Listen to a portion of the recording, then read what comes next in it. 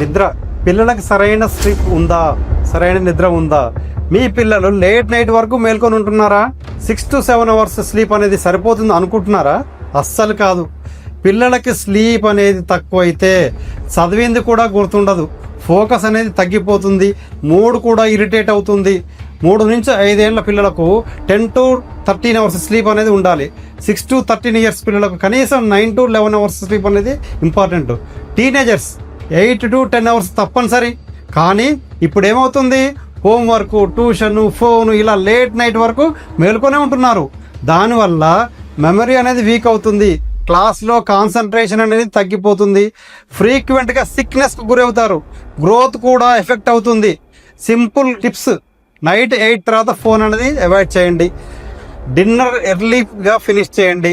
Sleep ముందు com activities ఉంచండి. Daily same టైంలో స్లీప్ అనేది పెట్టుకోండి.